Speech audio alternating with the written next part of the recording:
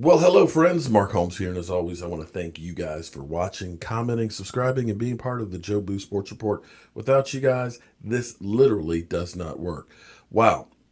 It's Tuesday morning, Taco Tuesday. I'm working on uploading my morning video and things, and thanks to Miss Jackie, she let me know that Jerry Jones was doing his Tuesday morning Taco Tuesday, I guess, rant today. Jerry Jones definitely is getting a little testy right now. He literally told the host to shut up. I started recording some of this. It He's getting asked hard questions on the season. Jerry, what's going on? Do you have a leadership void? And he goes on to explain about the leadership on and off the field, and then proceeds to tell them to shut up. Now, again, it's about 6 minutes into the interview here. So if you want to fast forward to where he tells them to shut up, by all means. But he's explaining the question and they kind of reword it, and he does get upset. So I want to put that in there as part of the context of it. So here we go. Or lacking. But we've got to correct this. We've got to correct it. We'll change some personnel for sure, and we've just got to step in here and make adjustments. That's what you do, and I'm confident. What I am confident is, and I'll really kind of have a note here in big red head letters. One of the without a question, the reasons that Mike McCarthy is the coach is because he's been through it, and he's had tough times, and he's had disappointing times, and he's got a veteran. He's got a staff that has had a lot of experience. He's got some younger guys on there too, but I point and will go hard at that. Certainly, we couldn't have anticipated being at this stage with our team this year. But if I were going to hire a head coach, that we're going to be at this stage this year and work through this for the betterment of what's in store for us for the rest of the year and for what's for us in the future, I got my man. And this is where you build. I've been here before. I've been here with some really top coaches. I've seen them have a situation that for a lot of different reasons needs improved, needs the leadership to improve, needs the steadiness to improve, leaves the prospects of a bright future. We have that in Mike McCarthy as our coach. We have a resolve. We have the ability, if anybody does, to get good football players. We have the financial ability to get good football players. We have good football players. You guys will admit that when we started throughout pro football kingdom, we were believed to have had great personnel to start this year with.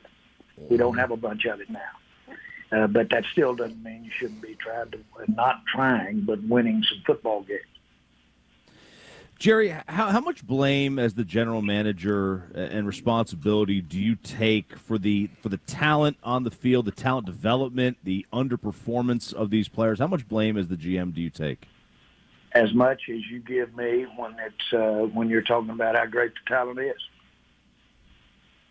I think you basically step up there and see that it's a joint effort, has been forever, and it's a joint effort. Have a lot of input, have input from some of the best there are in terms of opinions, in terms of what we're deciding to do.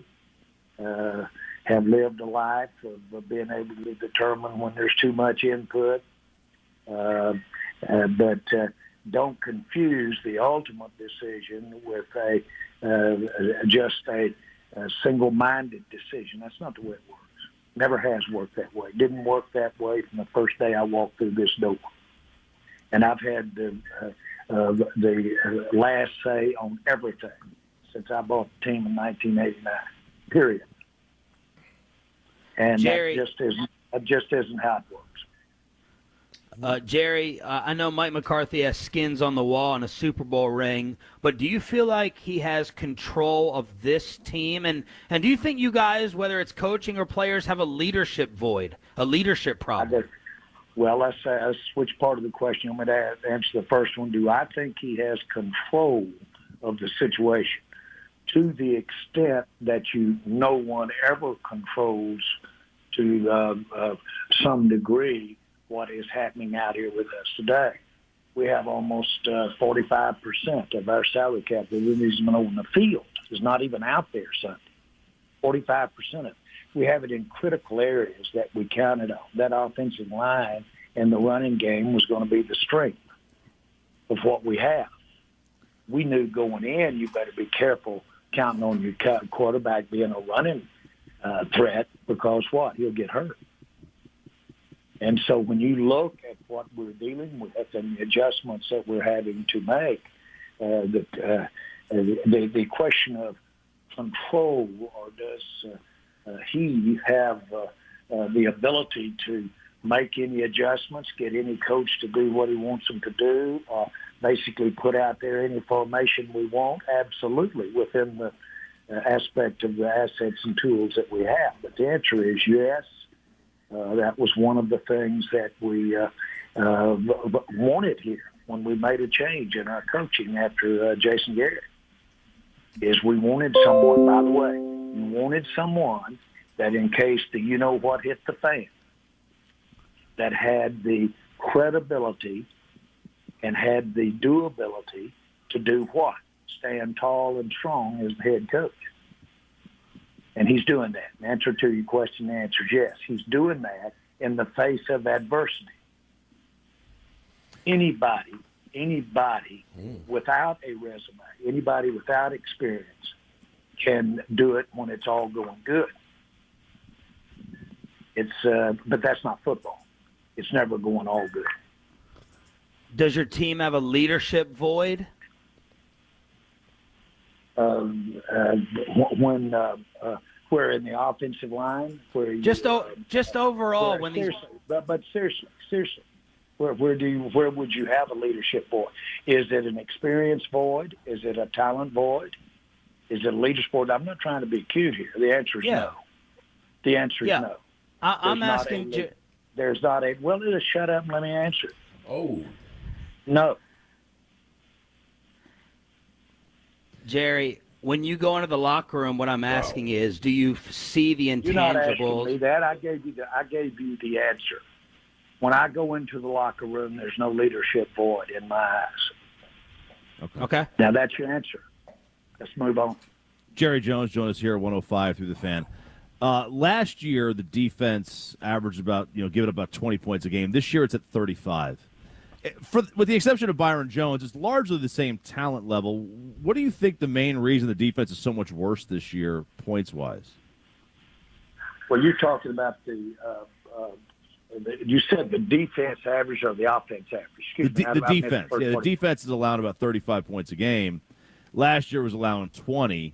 And it's, for the most part, it's the same talent level with the exception of Byron Jones. Why the big discrepancy? What is so much worse about this year's defense? Is it the coach? Is it the players? Field position. They're working with an average of the leading turnovers that we've ever had on the football team. And I'd start right there. Field position. Defending our goal after we've had turnovers. I'd go right there for number one. Number two, we are having difficulty stopping the run. We are having difficulty stopping the run. So I'll start right there. The turnovers that start early and field position there, and then we are not getting the run stopped, and that's problematic. Jerry, there are reports that Everson Griffin could be dealt, Darryl Worley, Dantari Poe. Are you thinking about being in sell mode right now for the future of this season, or is it more still about winning the division? Well, I thought Griffin played well. Now, we need all the players that we can get on the table. I don't know about the other guy. Jerry Jones, every single Tuesday right here on 105.3 The Fan. Jerry, Stephen had said that give this time, let this thing evolve. Is this a transition type year? He kind of talked about a transition season. Yeah. Well, I mean, we certainly didn't approach this season as a result or a one-loss record of a transition season. We knew going in we'd change the coaching staff.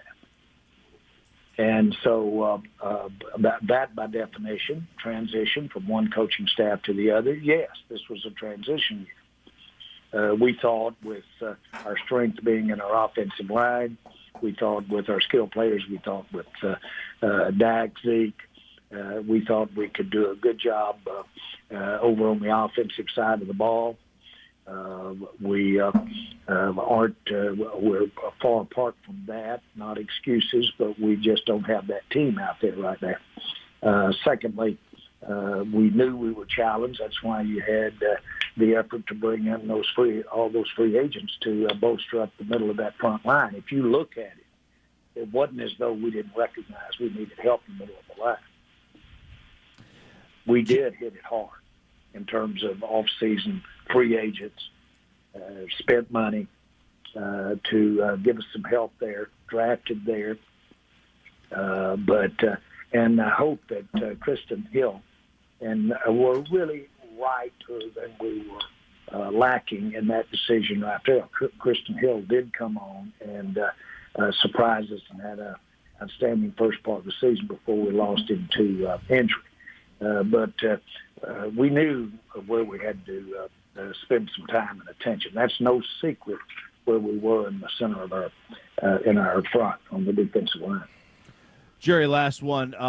Is there an update on Andy Dalton? Is he going to be able to start on Sunday? And do you expect to bring in another quarterback to fill that room? Guys, to fill the room, not to be meaningful in the approach to the game. I'm talking about bringing in another quarterback. Might have the first part of that, fill the room. Number one. But number two, it's protocol, it's concussion protocol. Those things would be a complete guess, and that's only, who knows how that's going to come out. Who's being the man up above. But he certainly had a serious concussion, first one he's ever had in his career, first one that he's ever had. And so we'll play that as we go through the day here. Jerry, thanks for the time. Enjoy your day and enjoy your week. Hey, man, if I were a little abrupt there, then I really don't want to have our day start that way. You're too good a man for that. And this certainly isn't my most tactful time, if you might say, with this thing as we discuss these matters. I'm disappointed for our fans. I can't tell you how disappointed I am. It was not the plan at all. We certainly want to point to things, but they're not excuses. This is football, and I'll assure you right now we're going to put our head down. We haven't spent the time, the years, the money, the effort, and everything for the Dallas Cowboys to be where we are right now. There will be better days. Well, Jerry, I think people are happy to know that you are extremely pissed off. We know it, and we look forward to better days. Thank you. There's one thing. There's an old adage. Uh-oh. Don't piss an old man off with a little money. There you go. Thank you, Jerry. He'll get you. It'll get you. It'll get you. It'll get you. There you go. Thank you, Jerry. Jerry Jones, brought to you by your North Texas. Wow.